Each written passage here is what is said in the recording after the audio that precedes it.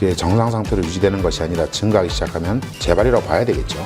그래서 그거 하나하나에 정말 일희일비합니다, 환자들은. 이거는 심각해요. TG도 오르고 안티바디도 오른다. 이거는 재발이나 전이를 의미합니다, 실제로.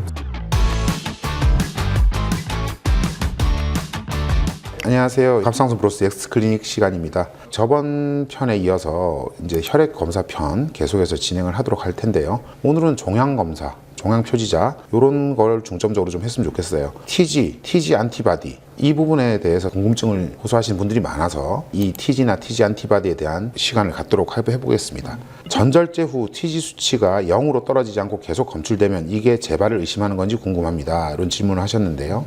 이런 유사한 질문들이 많죠. 사실 수술을 성공리에 마치고 방사선 요드 치료까지 마쳤다면 이론적으로는 TG 레벨이 언체커블 0 이하로 떨어지는 게 사실 정상입니다. 근데 이분처럼 전절제를 했다면 그리고 방사선 요드 치료까지 해서 잔존 조직까지 다 쓸어버렸다면 0이 되는 게 맞는데 그게 0이 됐다가 다시 오르는 게 문제죠. 그렇지. 0.0 뭐로 됐다가 다시 이게 오른다. 이때는 어떻게 해야 되느냐? 그게 정상 상태로 유지되는 것이 아니라 증가하기 시작하면 재발이라고 봐야 되겠죠. 그러니까 지금 정상 상태라는 말은 그 정상 수치 내에 있는 게 아니라 그 전절제를 했기 때문에 0이 정상인데 그렇게 유지가 잘 되고 있다가 어느 순간 갑자기 오르기 시작하면 이건 이제 재발을 의미한다는 뜻이죠. 네. 자, 여기서 해당이 안 되는 경우는 정리해둔 대로 반절제만 해서 갑상선 조직이 많이 남은 경우, 항글로불린 항체, 즉 TG 안티바디가 높은 경우 뭐 이럴 수 있는데 이건 TG를 재는 방법이 항체를 매개로 하는 방식이어서 항체가 너무 높은 경우에는 TG 레벨 자체를 믿을 수가 없습니다. 그리고 수질환과 미분화함에서는 이 지표가 의미가 없겠죠. 그리고 마지막으로 방사선 요드 치료 후에는 일시적으로 상승하게 되기 때문에 역시 믿을 만한 정보가 아닙니다. 지금 이제 항체가 높을 때 TG 레벨을 믿을 수 없다라는 말에서 좀 더 정확하게 얘기하면 낮게 나와요. 그렇죠. 그 실제 수치보다 낮게 나오기 때문에 그걸 믿을 수 없다는 거 꼭 주의를 해야 되고요. 자, 그리고 이제 방사선 요오드 치료했을 때 왜 높아지냐? 그 갑상선 조직을 파괴하는 거죠. 파괴하면서 거기에 들어있던 TG가 혈중으로 이렇게 유리돼서 나와요. 그것 때문에 높아지는 거예요. 그리고 실제로 수술을 하고 나서 보면 수술은 우리가 조직을 자르기도 하고 이렇게 막 매니플레이션 한다 그래요. 이렇게 만지고 이렇게 하면 그런 과정에서도 그 다이로글로불린, 그 TG가 혈중으로 나오기 때문에 조금 높아지게 나타나는 거예요. 그럼 다음 질문에 대한 답도 이어서 장 선생님이 하시면 될 것 같습니다. 전절제 후 2주가 됐고 TG 수치가 9가 나왔는데 다른 분들은 2주 만에 0점대가 나왔다고 합니다. 다시 수술로 제거를 해야 되지 않을까요? 라고 보내주셨는데요. 이게 이제 그 전절제를 했잖아요. 근데 이제 제가 볼 때는 2주 만에는 9 나올 수 있어요. 오히려 그게 더 정상 같은데 다른 분들이 제로가 나왔다는 그 자체가 희귀한 일이잖아요. 그렇죠. 오히려 믿기가 좀 어려운 것 같아서 사실 다른 분들이 다 제로가 나오는 건 아니에요. 근데 이분은 이제 마치 다른 분들은 다 제로가 나와야 정상인데 나만 이런 게 아닌가라고 하는데 과연 그런 분을 몇 분이나 봤는지 모르겠지만 우리가 생각할 때는 그 TG라고 하는 게 그 다이로글로불린이 반감기가 길어요. 그래서 적어도 어떤 임팩트를 가하고 나면 수술을 하든지 방사선 도면 치료를 하든지 이런 한 방 때리고 나면 적어도 2달 반에서 3달 정도를 검사하는 게 가장 정확한 결과를 알 수 있는 거예요. 그래서 우리가 수술 후 검사의 최적 기간이 보통 한 3개월 정도라고 잡는 거죠. 옛날엔 이런 근거를 또 어떻게 잡았을까 저도 궁금하긴 합니다. 그거는 데이터를 축적해서 된 거예요. 사실 우리 박정수 교수님 그 외래 진료 프로토콜에 의하면 수술하고 나서 일주일 후에 와요. 일주일 후에 오고 3주에 오고 2달에 오고 뭐 6개월에 오고 이런 식으로 해서 자세하게 봤던 거예요. 근데 그 데이터가 축적되고 나니까 아는 거죠. 3개월 이전에 검사한 거는 크게 의미가 없겠구나. 아니, 환자들이 막 불안하잖아요. 그래서 빨리 좀 오면 좋겠다 이런 말을 하는 분들이 있는데 그래서 3개월 뒤에 오라고 이야기하는데 그런 환자 있지 않아요? 어때요? 저는 이제 수술 후 첫 번째 외래 와서 피 검사를 하는 이유는 이제 신지로이드를 먹어야 될지 말아야 될지 한 2주 정도 뒤에 와요. 그 다음 괜찮으면 3개월 뒤에 한 번 더 봐요. 그 다음 또 3개월 뒤에 한 번 더 보고 그 다음부터는 6개월로 가요.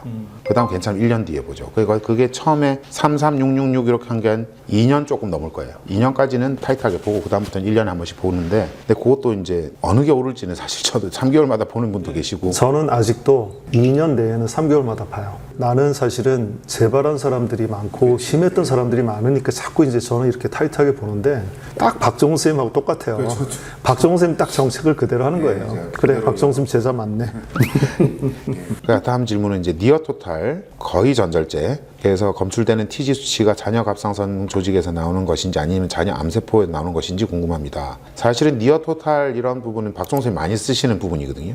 그래서 많이 좋아하시는 부분 이제 이런 방식인데 저도 사실은 니어토탈을 좀 하긴 해요. 그래서 부갑상선 기능 보존을 위해서는 사실 니어토탈 그 박종선님 하신 방법이 굉장히 유용하기도 합니다. 그래서 반대편을 아주 조금 남기는 거죠. 그 대신에 이 암세포가 한쪽에 국한돼 있던가 반대편에 니어토탈 할 부분에 있어서 이스무스 쪽에 가깝고 크기가 0.5cm 정도 미만이거나 이런 경우에만 하지 그게 아니고는 전부 다 전절제를 해야죠. 상황이. 사실은 내가 박종선의 첫 번째 수제자고 그 술기하고 그 학문적인 거 그대로 물려받은 사람이지만 이 부분에서는 저는 좀 달라요. 아니 저는 이제 조금이라도 뭘 남기는 걸 싫어하기 때문에 부갑상선을 살리기 위해서 조금 남긴다는 거를 조금 늘 반대했었죠. 박종선한테. 그래서 제가 볼 때는 이분이 질문한 내용이 틀리진 않았어요. 니어토탈을 했던 경우에는 혈중 TG가 조금 나오기는 해요. 그래서 이제 박종선 정책하고는 좀 다르다.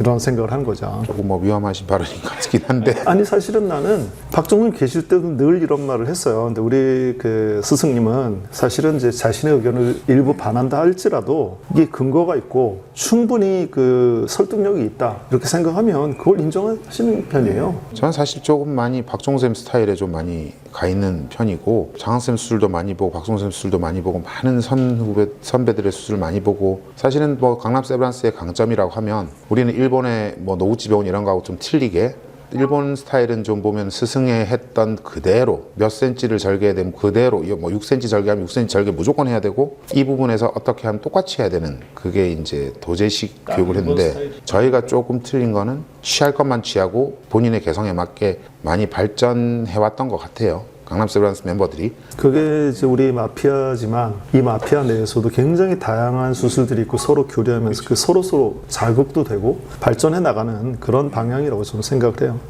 네, 다음 질문으로 넘어가겠습니다. 이제 TG 안티바디 수치가 올라가면 TG 수치는 신뢰할 수 없는 건가요? 여기 이야기가 나왔죠. 그래서 이게 항체를 매개로 해서 재는 방식을 취하기 때문에 안티-TG 안티바디가 그러니까 항체가 높으면 다이로글로불린 자체가 실제 농도보다 낮게 나온다는 뜻입니다. 근데 여기 질문에 보면 높으면이 아니라 수치가 올라가면 자 이거는 조금 생각을 좀 해봐야 되는 게 실제로 이제 갑상선 조직이 없어지고 나면 그러니까 전절제를 하고 이렇게 방송 동요치를 다 쓸어버리고 나면 갑상선 조직이 있어야 그걸 항원으로 해서 그 항체가 생기는 거거든요. 근데 그래서 이런 경우가 되면 항체가 유지되다가 점점 낮아지고 이렇게 돼야 돼요. 근데 이제 사람 몸이 그렇게 간단하진 않아서 항체가 소멸되지 않고 꾸준하게 계속 높아지는 사람들도 있기는 있어요. 그 이제 그런 게 문제가 좀 되죠. 네. 근데 이게 TG, 퍼시스턴 TG가 우리가 수술하고 다 방사선 치료했는데 계속 높은 수치를 유지한다. 그리고 TG 안티바디도 높은 타이터를 유지한다. 각각이 또 하나는 0이고 하나는 높고 이런 경우가 있을 수 있는데 이게 이제 고민이 많은 부분인데 그래서 그 항체가 높은 경우는 TG를 믿을 수 없다 했잖아요. 그 얘를 놓고라도 항체 레벨을 또 모니터하기도 해요. 계속 꾸준하게 가거나 이게 줄어들면 이거는 안전한데 항체 레벨도 이렇게 자꾸 올라간다. 그러면 이것도 재발의 가능성이 있다라고 이제 받아들입니다. 네. 이쯤에서 한번 다시 정리를 해보는 게 환우 여러분에게 이해에 도움이 될 것 같습니다. 일단 항체가 정상이거나 낮은 사람들에서 혈중 TG 레벨이 갖는 의미입니다. 그림을 보시면 초록색인 1번 그야말로 그린라이트 아주 좋습니다. 애초에 0이거나 최저 레벨로 쭉 유지가 되는 거죠. 이런 상황이라면 우리가 디지즈 프리 병이 없다 이런 상황으로 우리가 이해하시면 되고 노란색 TG가 측정되기는 하는데 일정 수준을 유지하고 있거나 이게 나오더라도 점점 감소하고 있다. 이거는 스테이블 디지즈라고 부릅니다. 안전하다는 거죠. 안심할 수 있는 상황이고요. 그 다음은 전혀 다릅니다. 이게 TG가 증가하고 있다. 이건 어딘가에서 문제가 생긴 거라고 생각을 하시면 돼요. 자, 이게 원래 우리가 현실적인 그래프는 이렇게 매끈하게 나오질 않아요. 그렇죠. 언제나 이렇게 왔다 갔다 들쑥날쑥 하거든요. 그걸 이제 플럭츄에이션이라고 하는데 그래서 그거 하나하나에 정말 일희일비합니다. 환자들은. 그런데 그렇게 할 게 아니라 저는 이렇게 밴드 폼으로 파악을 하라 그래요. 안에 들쑥날쑥 하지만 밴드가 그대로 간다. 그러면 이제 안전하다. 그것도 디클라인하면 더 안전한데 이게 그 밴드 폼이 증가한다. 그러면 이런 식으로 이제 우리가 생각을 해야 된다는 거죠. 옳으신 말씀입니다. 다음 질문을 또 보겠습니다. TG와 TG 안티바디 수치가 같이 오르는 경우 어느 정도까지 지켜볼 수 있는지 궁금합니다. 이거는 심각해요. TG도 오르고 안티바디도 오른다. 이거는 재발이나 전이를 의미합니다. 실제로 철저히 검사하고 원인이 되는 부위가 뭔지를 그 포커스를 잡아야 돼요. 지금 이제 크기가 너무 작고 하면은 우리 영상 검사에서 보이지 않는 수도 있기는 있어요. 근데 하지만 이걸 정말 발견하는 노력을 해야 되고요. 지켜보면 안 돼요. 이건 어느 정도까지 지켜볼 수 있는지가 아니라 발견을 못해서 어쩔 수 없다면 다른 방식을 취할지라도 이거는 뭔가를 해야 돼요. 그렇죠. 그리고 수술이 가능하다면 무조건 수술해야 돼요. 다른 치료가 필요하다면 다른 치료도 해야 됩니다. 기다릴 대상이 전혀 아닙니다. 그리고 이제 환자분의 상황이 중요하겠죠. 전신적으로 너무 기능이 약하거나 다른 위중한 병이 있다면 뭐 어쩔 수 없지만 그게 아니라면 절대 기다리면 안 된다고 봅니다. 조금 더 이해를 돕기 위해 준비했는데요. 내용을 한번 보고 지나가겠습니다. 여기에 보시면 안티-TG 안티바디 중요한 생성 장소는 갑상선 조직 내 림프구이지만 드물게는 림프절, 골수, 흉선에서도 생성이 가능하죠. 이런 사람들은 갑상선 전절제를 하고 난 후에도 측정될 수 있습니다. 그리고 만성 자가 면역 질환들이 있는 경우에도 나올 수 있습니다. 이런 경우가 아니라면 수술 후 1, 2년이 지나고 나면 측정이 안 되거나 아주 낮게 나와야 정상입니다. 하지만 이렇게 감소했다가 다시 증가하는 경우에는 재발을 생각해 봐야 되겠죠. 그러니까 그 안티바디라는 것도 우리가 굉장히 고민스럽게 봐야 된다는 그런 뜻입니다. 네.